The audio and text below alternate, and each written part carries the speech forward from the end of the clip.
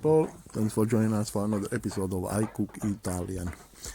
Well, subscribe to our channel first of all, and then we just started off with a bit of oil in your pan. Make sure it's not too hot pan, otherwise you're gonna burn the onion. And we'll start with 4 shallots, medium size. Yeah, just make sure your oil is not too hot. You're gonna crisp up your onions. You definitely don't want them like that. You want them nice and soft. Keep stirring around all the time. This way they won't get crispy. We're gonna add a little bit of garlic powder. I use garlic powder this time. I think it's much better, especially when you have kids. I'm gonna have kids today for lunch. My kids, so they won't pick the garlic out the dish. Just mix it all together nicely. I've got some wild fennel straight from our garden. You can keep even them frozen like I did. Just take them out the freezer when you need them. And we're going to deglaze the pan. Glaze the pan, sorry. Well, as I said, I wish to use a bit of wine, but this time I'm gonna use just water. As I said, I have my kids for lunch. And just let it go boiling. I'm gonna add some bouillon, vegetable bouillon cubes. Say for around half kilo of mincemeat, 2 of them will be plenty. Just stir them gently, make sure they melt nicely. So you're gonna create that little incorporation to the sauce, onion, oils, and all the flavors all together. We're gonna add our meat. In this case I'm using beef mincemeat and a bit of pork mincemeat, which I mix them up together. Just stir it in there all the time with a nice medium flame. It's a very easy dish, very traditional, and yeah, we just love that, especially the Sunday dinner. And this is what we're gonna do today. So now we're gonna go for tomato passata. Just put it in. Once your meat is nice and soft, yeah, almost cooked, put in your passata. I'm gonna stir as well gently all the time. Here's some fresh nice basil. You don't want to chop the basil. When you chop the basil, you won't release so much flavor. Keep the whole leaf. It's just, in my opinion, is much better. Here's some salt, around a teaspoon. You got the bouillon in there, so you won't need a lot of salt. This is a bit of sugar. It's gonna help you with the acidity of the tomato. You're gonna have nice and not so sweet sauce, but at least no acid. There is a bit of black pepper, a little bit of dry oregano. Put it in there, just stir it up nicely. And now we're gonna look after our pasta. Salt on the water. Wait that the water is boiling and add your pasta. Don't cook it all the way through. And here we're starting our bechamel sauce. It's around a liter of milk, bit of salt, and some butter. Gently warm it up. Gently warm it up. If you don't go slowly to the warming up the milk, it's gonna stick on the bottom, it's gonna burn. If you are in the rush, you can add a bit of water, that will avoid the burning of the milk. Here's a bit of corn flour, mix it with a bit of water, just a little bit of water. Check the consistency, make sure there's not too much water, otherwise your sauce gonna taste like water. As you can see now, you need more water definitely on this one. That's too thick consistency. You're gonna have to melt it in the sauce, then you end up having some grooms in the sauce. Bit more water, and there you go. Also, that's fine. That's enough water for us. Until you can see nice and clear mix. And now we have to take off our pasta. That's the time of it. Remember, don't cook your pasta all the way through because it's gonna be baked, so you want the pasta to finish cooking inside the oven. As the same, you wanna leave your sauce not so thick your tomato sauce, leave it a bit more watery. That is gonna help the pasta. Okay, here we are back to our sauce, bechamel sauce. So just easy way to make bechamel. More people are doing complicated way. They're gonna do the roux, flour, butter. You're just gonna go milk and butter, melt it together, corn flour. There you go, bit of salt. Let it thicken up slowly. Don't be in the rush when you do this job.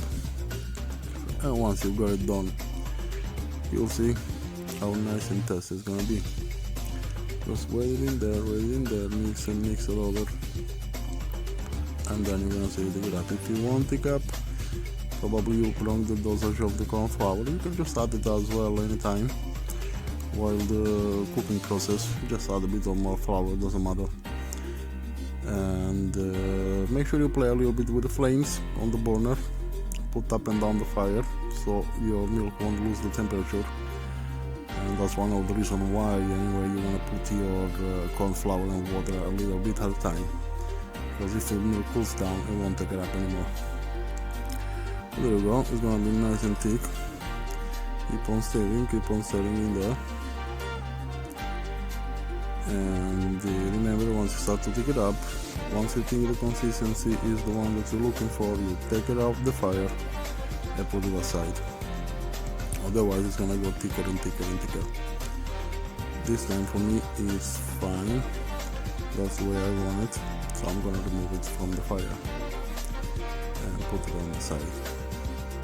Once it's on the side like that, I'm doing a Parmesan bechamel, so I'm gonna use a bit of Grana Padano, Parmesan cheese.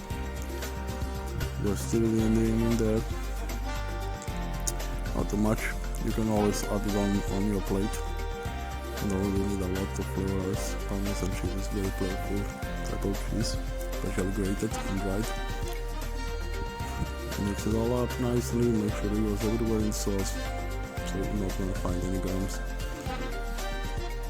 And that's it. That's our sauce. It's gonna be a topping for our pasta. So pasta, just mix it with a little bit of the sauce. Don't use all the sauce. You're gonna need the sauce to delete the layer between the pasta, so you're gonna find moisture throughout the dish. Just mix it up nicely. Get your tray. Prepare it all you need. Make sure everything that you need is around you. And there you go. It goes in the tray. Keep putting in there. Try to make a nice even layer. Once you got a nice even layer, you're gonna add your sauce right in the middle. So you're gonna have that nice juicy middle layer that looks like everyone miss. Nobody actually, nobody, maybe they do, but you know, by my experience, when I go to eat somewhere, sometime they don't, and you're gonna find that dry, ugly pasta in the middle, which we don't like, and we don't want to have that. So here goes our bechamel, Parmesan cheese sauce, just a little, not too much. Put in there. Use a spatula or a spoon, whatever is handy for you. Just spread it evenly and nicely. And then you can top it up with a little bit more of sauce, which we keep aside before. There it is. Nice red sauce. And basically all the hard job is just done. That's all you need. I'm gonna actually teach you a tip that is gonna make this dish exceptional. So, when you are tired of the usual toppings, well, those we are Italian, these are like the grandma recipe. And basically, it's a bit of breadcrumb, which I'm gonna show you now how to prepare. For now, we're just gonna put on a little bit more of that nice sauce. Looks just amazing and smells delicious. Smells just delicious. That's the end of it. Basically, this is what you're looking for. Nice compact dish. Just to be no moving. And that's perfect. You went to the oven. Put in the oven. That's our topping. Just take a bit of breadcrumb. Want a very hot pan this time. Very hot pan. Because what we're gonna do is we're gonna toast it. Once you toast that, just gonna lift up your dish. Definitely, it's gonna just change. If you wanna amaze some people, if you don't know the people you're gonna invite for dinner, you wanna give them something that they will remember. That's one of the toppings you definitely wanna use. Just stir it, keep stirring it all the time. Never stop stirring. It's already changing color, as you can see. But once you stop moving it, it's gonna toast black and it's gonna be not nice flavor, not nice smell. You definitely don't want to do that. Just keep moving the pan all the time, never stop it. As you can see, each time you flip it, it's changing the color. That's all. We're just looking for a golden dark brown color, which is not too long of a process. Just will be around, say, 5 minutes. That'll be enough to do what we need to do. Once this breadcrumb will be ready, you can mix it actually with parmesan and a bit of basil chopped, which I'm not gonna do today. But if you do that, you just make sure you cool down your breadcrumbs first. If not, the parmesan is gonna melt and then you're gonna have a big ball that you won't be able to use, basically.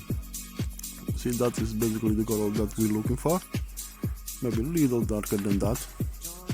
1 more minute or so. And we put it aside. And I'll say we are done. That's the color you're looking for, exactly in there. It's gonna be so lovely, and this breadcrumb, it just smells amazing. It smells very good. Anyway, let's see. It's super hot. Make sure you don't really touch it a lot. Very hot. So at this stage you don't want to mix anything into it because it's gonna be sticky. That's our pasta ready. And now we're gonna plate it up. Just grab one nice plate and we cut it up. You wanna let it rest maybe a little bit, say around 10 minutes, that'll be enough. So the pasta goes nice and sticky. You are able basically to lift a portion out without breaking it, just like that. And now we're gonna add our toppings. A bit of parmesan,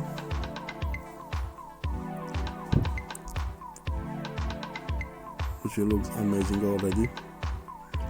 And now we're gonna use a little bit of our toasted breadcrumbs.